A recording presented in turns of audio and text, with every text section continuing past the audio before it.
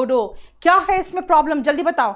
Very good Anushka, what kind of bird the dodo is. क्यों भाई, इसीलिए क्योंकि ये क्वेश्चन तो पूछ नहीं रहा। मैं कह रही हूं अरे ये कैसा जानवर है, अरे ये कैसा पंछी है।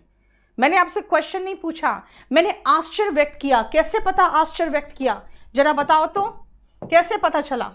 इस मार्क से। इसको कहते हैं एक्सक्लेमेटरी मार्क, जो एक्सक्लेमेटरी सेंटेंसेस में होता है। अब मुझे ये बताओ, समझ में आया ना? तो कम से कम सब्सक्राइब तो करो और लाइक करो, है ना? गुरु दक्षिणा के बिना पढ़ना नहीं चाहिए, ठीक है? मुखर्जी नगर में अश्विनी, मुझे लगता है अराउंड नवंबर के लगभग हमें परमिशन मिलेगा। 15 के बाद परमिशन तो सरकार दे रही है, लेकिन मुखर्जी नगर खासकर थोड़ा सा है ना संवेदनशील जगह हो जाता है, क्योंकि यहाँ बच्चे बहुत होते हैं और कुछ लोग हैं जो ऑलरेडी पहुँच चुके हैं मुखर्जी नगर और इसमें रह रहे हैं पीजी वगैरह में। तो मोस्ट प्रॉब्ली इनके चक्कर में कुछ लोग हैं जो लालच में आके पहले ही खोल के बैठे हुए हैं, वो पीजी में पढ़ाने लगे। उसके चक्कर में सारे पीजी यहाँ पे सील हो जाएंगे, क्योंकि ये मुझे खबर मिल गई करीबन 70-71 पीजी का इन्होंने लिस्ट बना लिया है। तो मैं हमेशा सबसे यही रिक्वेस्ट करूँगी कि आप लोग ऐसा कोई काम ना करें जो सरकार विरोधी, क्योंकि सरकार के हाथ में बहुत पावर रहता है। एक पीजी के चक्कर में सारे पीजी वाले मारे जाएंगे ये मुखर्जी नगर में। जब तक परमिशन सरकार ना दे तब तक कोई ना खोले। आ जाइए, समझ में आया? What kind of bird the dodo is? क्यों? क्योंकि ये इंट्रोगेटिव सेंटेंस है ही नहीं, ठीक है? क्लियर? चलो नेक्स्ट क्वेश्चन में आओ, बताओ जल्दी बताइए क्वेश्चन। आकाश, बिल्कुल मेरा बैच बेटा 04 खत्म हुआ है अभी, और 04 वाले बच्चे किसी से भी पूछ लेना, दे आर कंप्लीटली सेटिस्फाइड, मेरे साथ अभी भी कनेक्शन में है, अभी भी कांटेक्ट में है। मैं पूछ भी लेती हूँ कोई प्रॉब्लम है तो बताओ, कुछ भी नहीं, सब कुछ मिल जाता है उनको। और इनफैक्ट उनको तो मैंने बोर्ड्स में लिखवा के करवाया था जिस समय कोचिंग चल रहा था, है ना, जिस समय ऑफलाइन चल रहा था। उनको भी पूरा का पूरा मटेरियल जितना उन लोगों ने हाथ से लिख के नोट्स बनाया ना, वो ज़रूरत ही नहीं पड़ रहा उनको, अब वो सारा उनको PDF फॉर्म में मिल गया। आओ, हु कम्स डेली, गलत है ना कि सही है, जरा बताओ तो, गलत है कि सही है, जरा बताओ मुझे। और मैं आपसे पूछूंगी क्योंकि इसमें एक्सप्लेनेशन इसका टीचर भी नहीं दे पाते। जल्दी अंजनी, मुझे पता था तुम्हें यही लिखोगी, तुम लोग यही लिखोगे। Who is come daily, Sahdev ये क्या कर रहे हो, जल्दी जल्दी। Who does come daily, Amit. Who does come, Hitler, अच्छा हिटलर भी है यहाँ पर मेरे से पढ़ता हुआ, वाह। रोहित, अभी तो शुरू किया ना, 09 इसी को तो ले लो। अनुष्का, आप लोग सब गलत कर रहे हो, सुनो मेरी बात ध्यान से, मेरी बात ध्यान से सुनना। आप लोगों ने कहा ma'am who does come daily होगा, क्योंकि आपने बताया है कि हेल्पिंग वर्ब आगे आएगा अगर क्वेश्चन है तो। बेटा हेल्पिंग वर्ब तो आगे आएगा, लेकिन सब्जेक्ट भी तो आगे आए, सब्जेक्ट है। मैंने आपको क्या स्ट्रक्चर बताया था कि भाई helping verb before the subject. बोलोगे मैम सब्जेक्ट तो है नहीं, क्योंकि उसी के बारे में तो पूछा जा रहा है कि कौन है, उसी के बारे में तो पूछा जा रहा है कि कौन आया है, तो हमारे पास सब्जेक्ट तो नहीं है। अरे भाई जब सब्जेक्ट ही नहीं है आपके पास, तो ये डस उठा के किस सब्जेक्ट के आगे बिठाओगे? जब आपके पास सब्जेक्ट ही नहीं है तो डस उठा के किस सब्जेक्ट के आगे बिठाओगे? इसका मतलब है फिर ये डस कहां आएगा, क्यों आएगा? भाई इंट्रोगेटिव सेंटेंस जो होता है बनता है do does plus subject plus verb का फर्स्ट फॉर्म, हो गया? या डू डस में मतलब डू हो या डस हो, जो भी हो, ठीक है। लेकिन भाई सब्जेक्ट हो तब ना, सब्जेक्ट ही नहीं है, वही तो पूछ रहा है कौन आया है। जब ये है ही नहीं तो फिर हेल्पिंग वर्ब किसके आगे आएगा? कुछ नहीं, सीधा सीधा हु कम्स डेली हो जाएगा। रोज कौन आता है? Who comes daily. आया समझ में? बिल्कुल सही है निधि, हु कम्स डेली, ठीक है। Helping verb is not needed here because we do not have any subject before which we can put this helping verb. We can use helping verb only when there is a subject, right? क्योंकि मैंने कहा है interrogative structure is helping verb plus subject then main verb. Helping verb है ही नहीं तो क्या कर लोगे? क्लियर? बोलो कोई प्रॉब्लम यहां तक? क्लियर? नेक्स्ट आओ, ध्यान से सुनना अब। Again next, he like his parents are introvert. Now come on, इसको बताओ मुझे जल्दी। Yes, very good Sheetal, then very good. Come on, next 13, जल्दी बताओ। 13 जल्दी।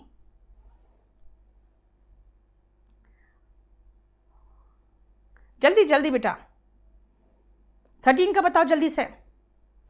ही like his parents is introvert. Very good, teach games, very good. He बेटा, कई लोग कहते हैं मैम ही लाइक्स होगा ना, क्योंकि ही सिंगुलर नाउन है या सिंगुलर प्रोनाउन है ये ही, तो सिंगुलर वर्ब लगाओगे ना भाई। ही लाइक्स हिज पेरेंट्स का मतलब हुआ अपने पेरेंट्स को पसंद करता है। मैं ये कहना ही नहीं चाह रही हूं, मैं कह रही हूं ये जो लड़का है ना, ये अपने पेरेंट्स की तरह ही ये लड़का बहिर्मुखी नहीं है, अंतर्मुखी है, यानी कि वो अपनी बातें खुद तक रखता है। तो फिर कहोगे आप मैम तो फिर कॉमा होना चाहिए था ना, आपने तो कॉमा भी नहीं लगाया था, तो हमें क्या पता, हम तो सोचेंगे ही लाइक्स हिज पेरेंट्स होगा, इसीलिए नहीं लगाया।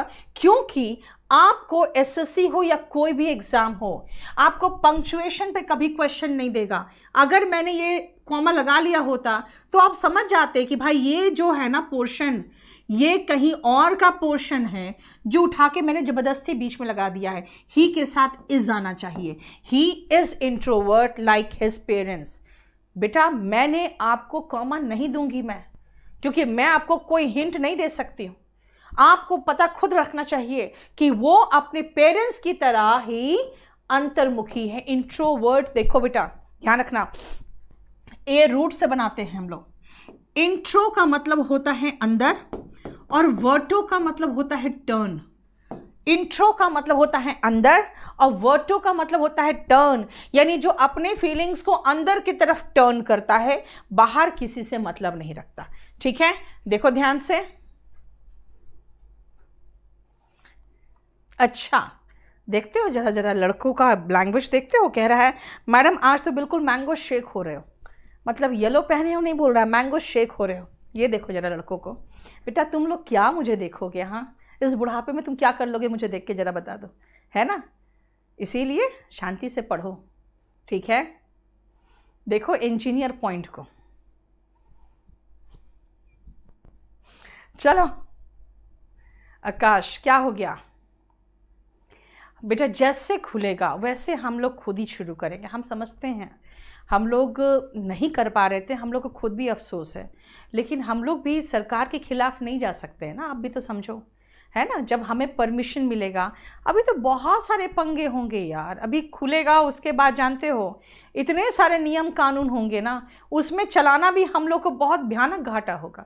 अब करें 6-6 फीट की दूरी पर बिठाएंगे बच्चों को, पूरा सैनिटाइज करना है, और आप लोगों को अपने पेरेंट्स से लिखवा के लाना है कि हाँ तुम पढ़ सकते हो, यानी तुम्हारे पेरेंट्स गारंटी लेंगे कि हाँ ठीक है हम इसके लाइफ को रिस्क करने को तैयार हैं, उसके बाद आप आ सकते हो। अभी बहुत पचड़े हैं, रुको तो सही, ठीक है? अभी सब लोग परेशानी में बेसिकली क्या है ना, देखो बात क्या है, पूरी इकोनॉमी रुक गई है, पूरी दुनिया परेशान है, क्योंकि सबको कमाई का कोई जरिया ही नहीं है, है ना? और मेन चीज़ है कि सब चीज़ के दाम है, सब कुछ है। मुझे खुद अफसोस होता है, मुझे खुद समझ में नहीं आता है यार, एक मिडिल क्लास फैमिली कैसे चलेगा? सबका ईएमआई स्टार्ट हो गया है, हर बैंक ईएमआई ले रहा है ना? और आपको एक चीज़ और बता दे, बहुत सारे हम लोगों ने मोरेटोरियम लिया था कि ठीक है ईएमआई आगे खिसका दिया जाए। आपको नहीं पता, ये मोरेटोरियम जिन लोगों ने लिया 3 महीने का, उनका अब ईएमआई बढ़ के आ रहा है। क्यों? क्योंकि बैंक नहीं मानी, बैंक उस पर चार्ज कर रही है। भाई आपका ईएमआई आगे नहीं बढ़ गया है, वो 3 महीने का ब्याज भी लेके ईएमआई आगे बढ़ रहा है। यार कह सकते हैं हम कि बिल्कुल हम लोग कहाँ जा रहे हैं, क्या करेंगे, कुछ पता नहीं। बहुत देखो, बहुत लोअर क्लास जो होते हैं ना, उन लोग के लिए बहुत सारी सुविधाएं सरकार ने दे रखी है, जैसे फ्री राशन वगैरह दे रखी है। सबसे ज़्यादा मरण तो मिडिल क्लास फैमिली का है, क्योंकि वो किसी से मांग भी नहीं सकते। ये सबसे बड़ी दुख की बात है कि वो किसी से बोल भी नहीं सकते हैं कि भाई मेरे पास अब अपने रसोई चलाने के लिए पैसा नहीं है। तो अभी आपको नहीं पता कितनी बुरी हालत है, लेकिन प्रॉब्लम क्या है ना, कुछ बोल भी नहीं सकते हैं। बोलिए जरा, उसके बाद पता चल जाएगा आपको। ठीक है, आइए, मैंने आपको सिर्फ और सिर्फ एक ही चीज तो पढ़ाया। क्या पढ़ाया आपको? सिर्फ एक चीज पढ़ाया, और वो पढ़ाया मैंने सिंपल प्रेजेंट टेंस का सिर्फ और सिर्फ जो कह सकते हैं जो स्ट्रक्चर है वो। अदरवाइज कहाँ कुछ पढ़ाया है। आ जाओ जरा दूसरा यूज देखो। अब दूसरा यूज देखो। देखो बेटा, बात क्या है ना कि मैं काइंड नहीं हूं, मैं खुद बहुत समझ सकती हूं क्योंकि मैं खुद मिडिल क्लास फैमिली से हूं। मैं ये प्रॉब्लम समझती हूं। मिडिल क्लास फैमिली के पास इतने पैसे जमा नहीं होते कि वो 6-6 महीना बैठ के खा सके। ठीक है, चलो आ जाओ, ध्यान से सुनना। किताब जानते हो ना, किताब में जो चीज़ें लिखी होती है अगर उसको काट नहीं दिया गया हो कि ना ये लागू नहीं होगा अब, जैसे हमारे संविधान में 7 फंडामेंटल राइट्स थे, अब तो नहीं है, तो हम कहेंगे कि okay our constitution guaranteed 7 fundamental rights guaranteed, वो पास्ट है। लेकिन अभी जो हमारे संविधान है वो कब का चेंज हो चुका, उसमें कब का अमेंडमेंट हो चुका, लेकिन बहुत पहले अमेंडमेंट हो गया, लेकिन आज भी वो लागू तो है ना।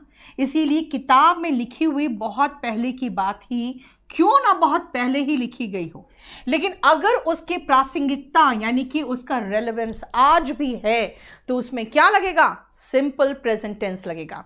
बेटा टेस्ट सीरीज के लिए केडी लाइव में चले जाना, केडी कैंपस लाइव टेस्ट में, और वहां जाके टेस्ट दे दो। मेंस का सारा टेस्ट मैं प्रिपेयर कर रही हूं, इसीलिए आपको कोई प्रॉब्लम नहीं होगा। ठीक है, आ जाओ। अब कॉन्स्टिट्यूशन गारंटीज, क्यों? क्योंकि भाई जब भी उसका अमेंडमेंट हुआ, 42nd अमेंडमेंट था आई थिंक, है ना, उसके बाद भी आज तक वही लागू हो रहा है और वो अभी भी रेलेवेंट है। देखो तो वो अभी भी रेलेवेंट है। क्लियर, समझ में आया?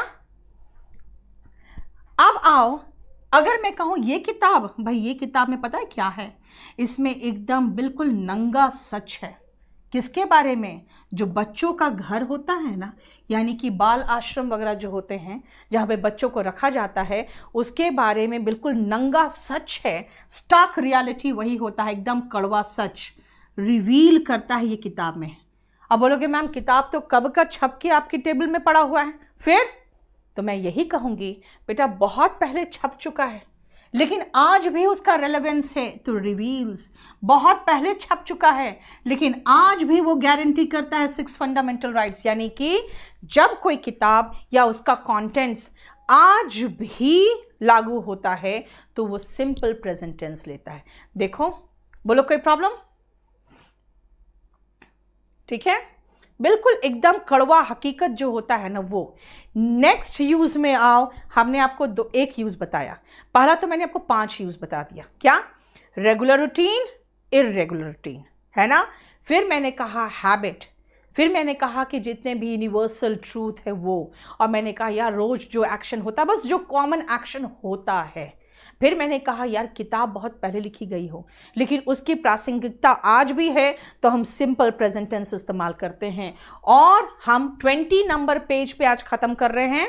आज हो गया सैटरडे, हम आपको ट्यूसडे को फिर इसी 20 नंबर पेज के बाद से हम शुरू करेंगे। ठीक है, 20 नंबर पेज के बाद आगे हम शुरू करेंगे किस दिन? ट्यूसडे को, याद रखना। मंडे को हम लोग स्पोकन करेंगे। कल बिल्कुल इंतज़ार में रह गई मैं, ना मेरा क्लास हो पाया और ना जूम मीटिंग हो पाया, तब जाके आज मैंने जूम का मीटिंग लिया है। चलिए, हम लोग ये वो क्या कर रहे थे, 9 नंबर तक हमारा हो चुका था। बेटा स्पोकन बहुत बढ़िया बैच आया अभी। ये तो खैर पहले पुराना बैच है, अभी 2-3 दिन 2 क्लास ही हुए, 2-3 क्लास ही हुए, ले लो। वो दोपहर में 2 बजे का बैच है, बहुत अच्छा बैच आया। अब आओ, मैंने आपको ये पूरा करवा दिया था, है ना। आइए अब आओ, लेकिन कोई ज़रूरी थोड़ी है कि मैं सारा का सारा रूट से कराऊं, इसीलिए कुछ रूट से और कुछ अब दूसरे वो कैब होंगे। चलिए, मैंने बेटा जब भी मैं थोड़ा सा मूड ऐसा होता है तो मैं पोएम लिखती हूँ, और मैंने 2-3 पोएम्स लिखे हैं। मेरे वॉल्यूम 2 में 2-3 पोएम्स है, मैंने अपने फेसबुक पे भी डाला है। ठीक है, आप कभी पढ़ोगे तो देखोगे, मेरे सोच से वाकिफ़ हो जाओगे। चलो, नवीन सब कुछ यार पीडीएफ के पीछे क्यों पड़े हो, सब दे देंगे यार। मैंने एक चीज़ कह दिया है कि ज्ञान का जो दान है ना, मैं दे रही हूँ, यूट्यूब में दे रही हूँ। पीडीएफ तो यार ले लो ना, कितना पीडीएफ चाहिए तुम्हें? 6 महीने का मेहनत है, सब ले लो, उठा लो, मुझे कोई फ़र्क नहीं पड़ता। ठीक है, आप पढ़ो, आपके फ्रेंड्स पढ़ें, और लेकिन समझने के लिए थोड़ा सा आपको मेरी ज़रूरत पड़ जाएगी। चलिए आ जाओ नेक्स्ट, सुनो ध्यान से, क्योंकि इसमें रूट लिखा हुआ नहीं है ना। देखो एफोरिज्म क्या है? कोई भी ऐसा छोटा सा सेंटेंस या फ्रेज जिससे किसी बात की सच्चाई को, एक शॉर्ट फ्रेज जो किसी बात की सच्चाई को एक क्लेवर वे में एक्सप्रेस कर दे। जैसे आज मैंने कहा, आज जब न्यूज़ देखा मैंने ना, तो मैंने कहा too little too late. Short phrase है, बहुत शॉर्ट फ्रेज है ना, बहुत शॉर्ट फ्रेज है। क्या? Too little too late. क्यों भाई? इतने दिनों से हंगामा हो रहा था, इतने दिनों तक वो हॉस्पिटल में रही, मर गई, उसके बाद उसको जला भी दिया गया, है ना। उसके घर वाले हल्ला भी करते रहे, कुछ नहीं हुआ, कुछ भी नहीं हुआ। आज जाके जो लोगों ने, जिस पुलिस ऑफिसर्स ने उसके साथ बदतमीज़ी किया, उसको सस्पेंड किया गया। सीबीआई का, अनुष्का कह सकते हो, सीबीआई का जांच का आदेश दिया गया। लेकिन है क्या? Too little and too late, है ना। तो वही तो मैंने कहा, एक छोटा सा फ्रेज जो क्लेवर वे में, बहुत क्लेवर वे में, मैंने ज़्यादा कुछ नहीं कहा, है ना, ज़्यादा कुछ नहीं कहा, वरना ऐसा ना हो कि हमें प्रॉब्लम हो जाए। मैंने सिर्फ कहा too little too late. What is that? Aphorism, right. Next आओ, ऑब्जुरेसी। देखो ऑब्जुरेट जो होते हैं वो स्टबर्न होते हैं। स्टबर्न का मतलब होता है क्या? ढीठ, जिसको कहते हैं ना, बिल्कुल चेंज नहीं करेगा वो, है ना। उसको आप समझा लो, मना लो, वो जो अड़ा रहेगा वो अड़ा ही रहेगा। तो उसकी जो हठधर्मिता होती है ना, उसको नाउन में हम ऑब्जुरेसी कहते हैं। So what is obduracy? नहीं सीरियस, वो पंछी नहीं है, पंछी इज पंछी, अनुष्का इज अनुष्का, ठीक है, दोनों अलग अलग हैं। चलो, ऑब्जुरेसी इज हठधर्मिता, जिद, यानी कि जो आप किसी को, या स्टबर्न, है ना, स्टबर्न, ऑब्जुरेट जो होते हैं वो स्टबर्न होते हैं। ठीक है, अब आओ फिर से वापस हम रूट में चले गए। पोडिया, जहां पर भी पोडिया दिखे वो समझ जाओ पैर, और कायरो जहां दिख जाए समझ जाओ हाथ। ठीक है, समझ गए?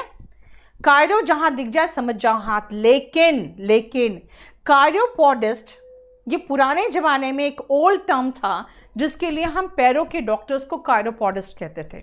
लेकिन मॉडर्न जमाने में कहा गया यार chiro is the root of hand, इसलिए कायरोमैंसी पता क्या है? जो हाथ की रेखाएं पढ़ी जाती है ना, उसको कायरोमैंसी कहते हैं। ठीक है, तो इसीलिए कायरोपोडिस्ट वर्ड को हटा दिया गया। कहा कि नहीं भाई, ठीक है, जानवरों के 4 पैर होते हैं, लेकिन आगे हमारा जो हाथ है और पैर है, दोनों डिफरेंट चीज़ें हैं, इसलिए कायरो का हाथ के लिए रहने दो, पोडियाट्रिस्ट रहने दो।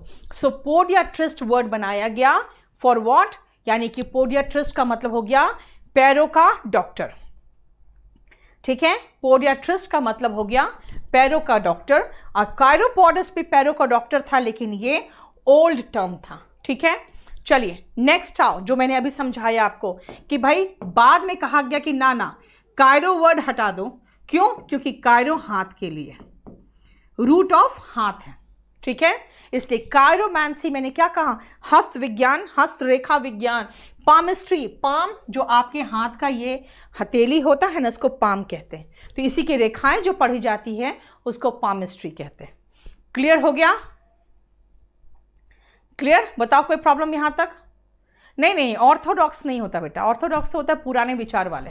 पामिस्ट्री जो होता है इसका मतलब होता है हस्तरेखा विज्ञान। क्लियर? बोलो कोई प्रॉब्लम? चलो अब सुनो नेक्स्ट। आइकन, आइकन का मतलब लिखना याद रखना प्रतीक, है ना। देखते हो धोनी को क्या कहते हैं, धोनी कौन है, धोनी यार यूथ का आइकन है ना। उसी तरह से सुशांत सिंह राजपूत को भी बहुत सारे बिहार के लड़के, बहुत सारे लोग अपना आइकन बना लिए थे कि भाई मुझे भी वैसा बनना है। और उसने जो काम किया उसके कारण क्या हुआ, सबको बहुत दुख हुआ और लोगों ने कहा हो ही नहीं सकता है, हो ही नहीं सकता है कि वो सुसाइड करे, क्योंकि वो इतना फेमस था और इतना लव्ड था, है ना। तो ऐसे लोग जो होते हैं इनको हम लोग अपना प्रतीक बना लेते हैं। और क्लास्ट जो होता है ना बेटा, जहां पर भी क्लास्ट समझो, क्लास्ट का मतलब होता है तोड़ना। जहां पर भी क्लास्ट वर्ड दिखे, देखो मैंने वो क्या कहा, आइकनोक्लास्ट, बिल्कुल क्या है, प्रतीक को तोड़ना। अब ध्यान से सुनना क्या है, सुनो। आइकनोक्लास्ट का मतलब क्या है, बहुत ध्यान से सुनो। जब ऐसे ही सामाजिक जो रीति रिवाज है, जो समाज के नियम है, अगर उसको तोड़ते हो तो आप आइकनोक्लास्ट हो। मतलब मैंने कहा कि भाई आप शादी कर लो, कहोगे ना मुझे शादी करनी नहीं, मुझे शादी पसंद नहीं है, ठीक है ना, ठीक है भाई शादी हो गई है, आपके पास बच्चे होने चाहिए, भाई मुझे बच्चे अच्छे नहीं लगते, तो आप क्या हो, आप आइकनोक्लास्ट हो। यानी कि अगर आप कहोगे ना 9 to 5 जॉब यार कौन करेगा, मैं तो राइटर बनूंगा, तो कहेंगे यार ये तो बिल्कुल समाज के विरुद्ध बात करता है। क्या है ये बोहेमियन है। देखो ये आइकनोक्लास्ट है, ये बोहेमियन है। इसका मतलब है ये समाज के नियम के विरुद्ध काम करता है, इसका कोई रूट नहीं है। लेकिन देखो आप इसको हेट्रोडॉक्स को आप ऑर्थोडॉक्स जैसा कुछ वर्ड देख रहे हो ना, याद रखना ऑर्थोडॉक्स होते हैं जो रूढ़िवादी होते हैं, हेट्रोडॉक्स होते हैं वही तो उसका उल्टा जो मैंने कहा, यानी जो समाज के नियमों के खिलाफ चलता है वो आइकनोक्लास्ट, सिनोनिम बोहेमियन और सिनोनिम हेट्रोडॉक्स, ये तीनों सेम मीनिंग है। देखो थोड़ा सा खाली चेंज करके मैंने मीनिंग लिख दिया है बस, और कुछ नहीं। क्लियर, बोलो कोई प्रॉब्लम, समझ में आया, क्लियर। अब आओ देखो ध्यान से, अनकन्वेंशनल, अनकन्वेंशनल का मतलब होता है जो रूढ़िवादी नहीं होते, है ना। अगेंस्ट एक्सेप्टेड बिलीव्स, यानी कि मान्यताएं, विश्वास जो है, जो हम एक्सेप्ट कर चुके हैं, हमारे समाज का नियम है, उसके खिलाफ जो होता है वो हेट्रोडॉक्स होता है। समझ में आ गया, बोलो कोई प्रॉब्लम यहां तक। नेक्स्ट देखो, अब मैं आपको एक छोटी सी कहानी सुनाती हूं। एक व्यक्ति था डॉन क्विजोट नाम का। वो डॉन क्विजोट नाम का जो व्यक्ति था ना, हुआ क्या, ये बहुत सारे ऐसे लोगों के बारे में पढ़ता था जो लोग बहुत ब्रेवरी वाला काम किए थे, यानी कि बहुत वीर लोगों के बारे में पढ़ा, और इतना पढ़ा कि वो पागल हो गया। डॉन क्विजोट इतना पढ़ा कि वो पागल हो गया। अब उसके बाद उसे लगा यार दुनिया में इतनी गंदगी, इतनी खराबी है, I just want to set all the things right. वो निकल पड़ा और उसके बाद वो ऐसे ऐसे आइडियाज़ देता था कि वो सारे आइडियाज़ बिल्कुल अनरिजनेबल होते थे, हाईली फूलिश होते थे और टोटली इम्प्रैक्टिकल होते थे, यानी व्यवहारिक तो होते ही नहीं थे और बहुत ही मूर्खतापूर्ण होते थे। उस पर बहुत अच्छे स्टोरी से, मज़ेदार स्टोरी से, ठीक है ना। वही है क्विजोटिक, एडजेक्टिव है, उसी से बना है क्विजोटिक। अगर मैं कहूँगी योर आइडियाज़ आर क्विजोटिक, अगर मैं कह दिया कि आपके आइडियाज़ डॉन क्विजोट की तरह है, इसका मतलब है यार इतना फिजूल वाले हैं, अव्यवहारिक हैं, सिर्फ आदर्शवादी है, यानी कि हाईली आइडियलिस्टिक है और टोटली इम्प्रैक्टिकल है, यानी फूलिश एंड इम्प्रैक्टिकल। हो ही नहीं सकता, इस पर काम हम कर ही नहीं सकते, है ना।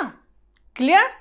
अब आओ नेक्स्ट, तो क्विजोटिक का एंटोनिम कहोगे मैम अव्यवहारिक का व्यवहारिक होगा, यानी इम्प्रैक्टिकल का एंटोनिम प्रैक्टिकल होगा। तो चलो प्रैक्टिकल का एक और सिनोनिम लिख लो, प्रैग्मेटिक, ठीक है। यानी क्विजोटिक का एंटोनिम हो गया प्रैग्मेटिक, ठीक है। क्विजोटिक का एंटोनिम हो गया प्रैग्मेटिक। यस, डॉन क्विजोट की स्टोरी थी बेटा, ठीक है। अब वो स्टोरी भी थोड़ी बताऊंगी मैं, क्लियर। चलो अब लास्ट के 2 वो कैप कर लो, फिर हम 26 में यहाँ पे नहीं, 26 में नहीं छोड़ेंगे हम, क्योंकि 26 बहुत अच्छा वर्ड है, हम 25 में छोड़ेंगे। 26 जो है ना 3 वर्ड्स एक साथ है फिर। सुनो ध्यान से, शिवलरी जानते हो, महिलाओं को मर्दों में शिवलरी पसंद आता है ना? क्या कहा मैंने? अब लड़के को, सब लड़कों का कान ऐसे खड़ा हो जाएगा, जैसे मेरे डॉग का खड़ा हो जाता है ऐसे, जब कुछ सुनना रहता है उसको ना, तो ऐसे से सुन के वो डॉग खड़ा हो जाता है। लड़कियों का नाम सुन के लड़कों का कान खड़ा हो जाता है। आप सुन लो ध्यान से, लड़कियों को पसंद आता है शिवलरी। क्या यार? थोड़ा सा वीरता दिखे, थोड़ा सा स्टाइल दिखे, महिलाओं के प्रति सम्मान हो, यानी कि स्त्रियों के प्रति जो पुरुषों का सम्मानजनक और नम्र आचरण होता है ना, जो महिलाएं पसंद करती है, ये महिलाएं पसंद करती है, that is the polite and kind behaviour. In fact उसमें थोड़ा सा ब्रेवरी भी ऐड कर दो, ठीक है? शिवलरी में काइंड, पोलाइट, ब्रेव और जैसा एक मर्द को होना चाहिए महिलाओं के प्रति, उसी को शिवलरी कहते हैं और ऐसे व्यक्ति को शिवलरस कहते हैं। ठीक है, इसीलिए बस आज यहीं तक रहने दो। सेकेंडली, आप सुनो मेरी बात ध्यान से, मैं आऊंगी आप ट्यूसडे को। इस बैच में जो बैच 09 है उसका क्लास चल रहा है अभी, और वो चल रहा है रात को 10 से 11। क्लास का बैच का जो टाइम है वो 5 से 7 है, और वो 5 से 7 अब चलना शुरू हो जाएगा थर्सडे से। ट्यूसडे को भी आपको मैं इसमें टेंस कराऊंगी और इस शीट को पूरा कंप्लीट करा दूंगी। ठीक है, दूसरी बात है, एक चीज़ और, ये बैच 09 जो है बहुत बढ़िया बैच है। इसमें जितने भी ऑब्जेक्टिव एग्जाम्स हैं, सारे ऑब्जेक्टिव एग्जाम्स आपका इसमें कवर्ड है। और सबसे बड़ी बात, सबसे अच्छी बात क्या है इसमें, कि आपको कुछ भी लिखना नहीं है, सारे नोट्स आपको, कंप्लीट नोट्स आपको, पूरा कंप्लीट बना हुआ नोट्स मिल जाएगा इसमें, और बस खाली आपको पीडीएफ से पढ़ना है, और सारा का सारा कंप्लीट नोट्स मैं आपको दे दूंगी। मेरा 3-4 बैच शुरू हुआ अभी हाल फिलहाल ही। एक कंपल्सरी इंग्लिश, जिसमें इंग्लिश स्पोकन साथ में है, जिसका जूम का क्लास आप लोगों ने देखा होगा। ठीक है, जूम के क्लास उसके साथ मेरे चल रहे हैं। यही स्पोकन है जो ट्यूसडे को, मंडे, वेंसडे, फ्राइडे 2 से 3:30 चलता है। ट्यूसडे, थर्सडे, सैटरडे मेरा कंपल्सरी इंग्लिश चलता है। और ये जो बैच है जो अभी मैं लेके आई हूँ, ये है मेरा इंग्लिश 09, जो कंप्लीट कॉम्बो बैच जो 07 है उसके साथ है। इंग्लिश मेरा है, रीजनिंग मोहित सर का है, और मैथ्स अजय राणा का है। जीएस, अगर आप इस कॉम्बो को लोगे तो जीएस फ्री हो जाएगा। अगर जीएस अलग से लोगे तो 1199 है। ध्यान रखना, सिर्फ मेरी इंग्लिश नहीं, जीएस हो, रीजनिंग हो, मैथ्स हो, सब कुछ सारा हम लोग कंप्लीट पीडीएफ में देंगे।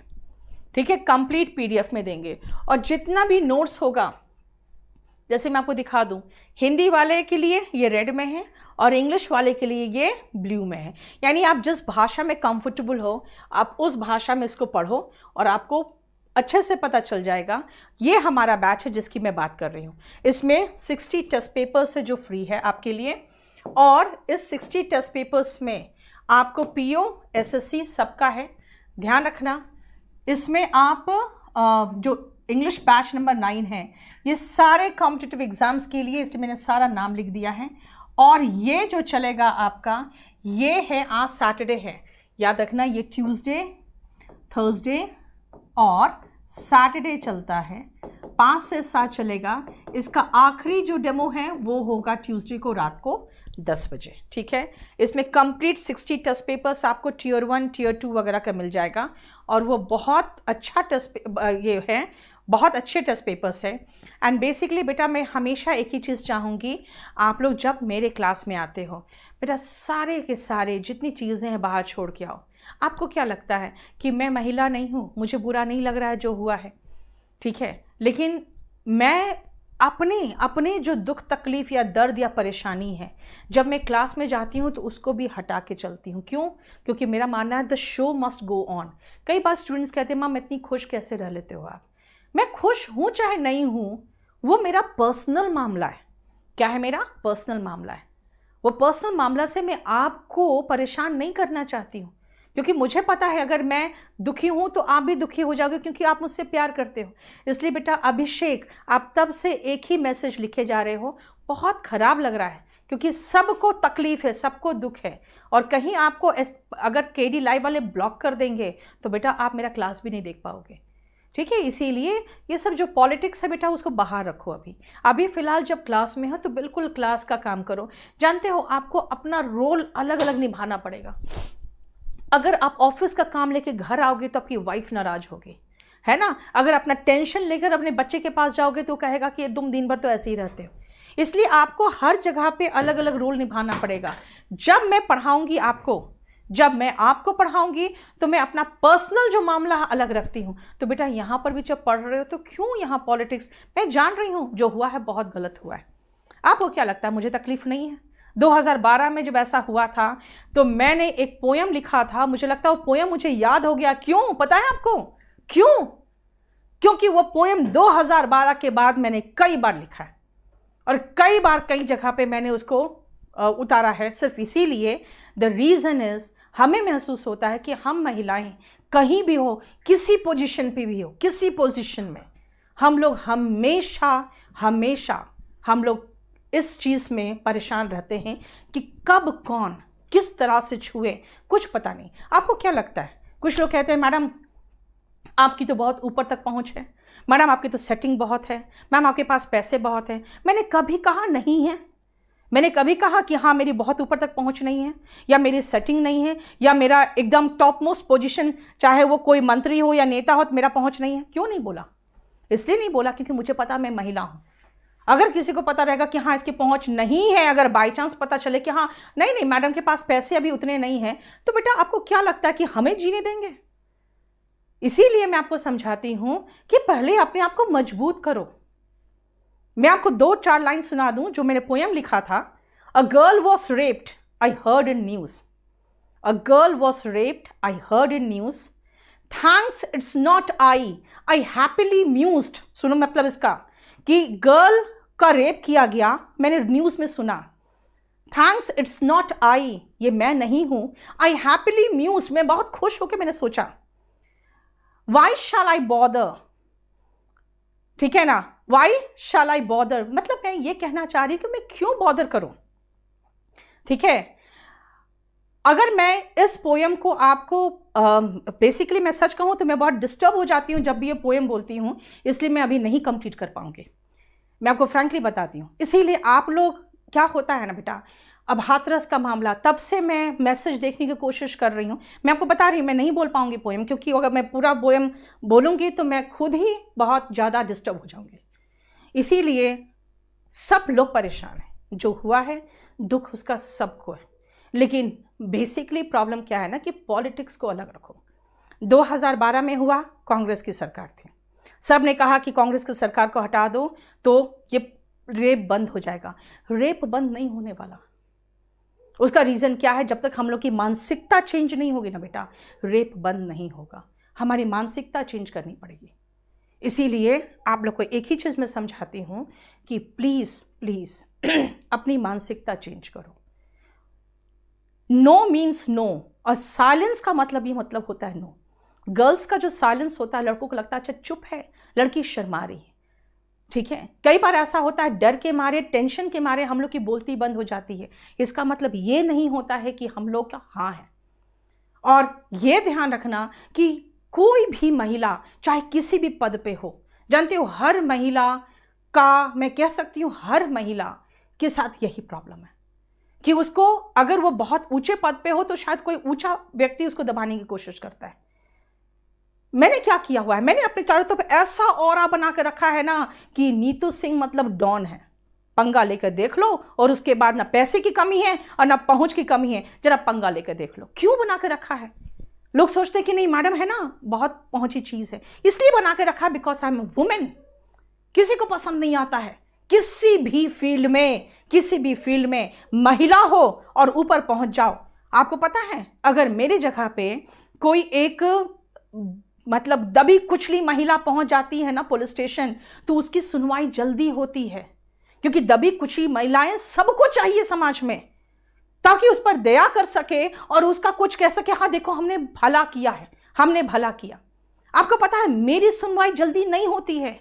मुझे जल्दी इसलिए नहीं सुनवाई होती क्योंकि मेरी जैसी महिलाएं किसी को पसंद नहीं आती। मेरी जैसी महिला किसी को पसंद नहीं आती। जो महिला अपने पैरों पर खड़ी है ना, वो किसी को पसंद नहीं आती। आपको क्या लगता है कि मेरे जज्बात नहीं हैं या मुझे वो फीलिंग नहीं होता? मैं सिर्फ आपसे रिलेटेड जो बातें हैं ना लेके आती हूँ, और मैं जल्दी बहुत कुछ शेयर नहीं करती हूँ, बहुत सारी बातें नहीं करती हूँ। उसका रीज़न क्या है ना कि मेरा जो फेसबुक है, चाहे मेरा कुछ भी जो है, मैं आपको बताती हूँ फ्रैंकली, सबके नज़र में वो बहुत ज़्यादा चढ़ा रहता है। चाहे वो कोई डिपार्टमेंट हो, चाहे सरकार हो, चाहे कहीं पर भी हो। इसलिए मैं बहुत सोच समझ के आपके साथ मजाक ही करती रहती हूँ और ज़्यादा कुछ नहीं करती हूँ। इसीलिए मैं आपको समझाती हूँ बेटा, life is not that easy. जो पोएम मैंने लिखा था मैं आपके साथ फेसबुक पे भी शेयर कर दूँगी, आप उसको पढ़ना। आप खुद पढ़ोगे कि मैं किस तरह की सोच रखती हूँ कि बेटा महिलाएं कहीं भी हो, किस भी स्टेज पे हो, जानते हैं उनका शोषण हो सकता है। इसीलिए आप सभी जितने लड़के हैं, आप लोग को मैं एक ही चीज़ कहूँगी, बेटा प्यार जब होता है ना तभी प्यार करो, अदरवाइज ज़बरदस्ती का कोई गुंजाइश मत रखो। क्योंकि आपको मैं फ्रैंकली बताती हूँ, जो लड़कियाँ होती है वो सबसे पहले प्यार करती है, उसके बाद आपके नज़दीक आती है। ठीक है, ये माइंडसेट याद रखना। सबसे पहले वो प्यार करती है और उसका प्यार के लिए सबसे पहले उसको भरोसा देना पड़ता है आपको। ठीक है, कभी भी किसी को धोखा मत दो। कहते हैं karma is a bitch that goes around comes around. इसीलिए याद रखना कि आप कभी किसी को धोखा देते, हो सकता है कल वो बहुत गंदे तरीके से आपके लाइफ में आए। हमेशा हमेशा अपने आप को संयम में रखो, अच्छे काम करो, क्योंकि एक सीसीटीवी कैमरा है जो ऊपर से हमारे ऊपर है। एक सीसीटीवी कैमरा जो है ना बेटा, उसका जो रिकॉर्डिंग हो रहा है ऊपर जाके अपने वकील की तरह कहोगे ना, आई ऑब्जेक्ट योर ऑनर, कुछ नहीं सुनेगा। ठीक है, आपके पास कोई गवाह नहीं होगा, कोई सबूत नहीं होगा। आपके सारे कर्म रिकॉर्ड हो रहे हैं, बस वही देखा जाएगा। आपकी सारी मेंटालिटी रिकॉर्ड हो रही है, वही देखा जाएगा। इसीलिए अपने आप को अच्छा व्यक्ति बनाओ।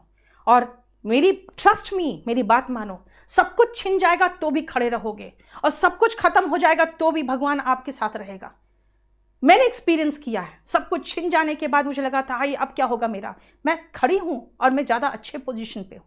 इसीलिए हमेशा अपने पर विश्वास रखो, और कभी भी गलत काम ना किसी के साथ करो, और गलत काम कभी होने भी मत दो। कहते हैं जुल्म करना जितना गलत है, उससे ज़्यादा गलत जुल्म सहना है। इसे सब लड़कियों को मैं समझाती हूँ कि बिल्कुल अपने आप को स्ट्रॉन्ग बनाओ, एजुकेटेड बनाओ, और कभी किसी से मत दबो। ठीक है, चलो, थैंक यू सो मच।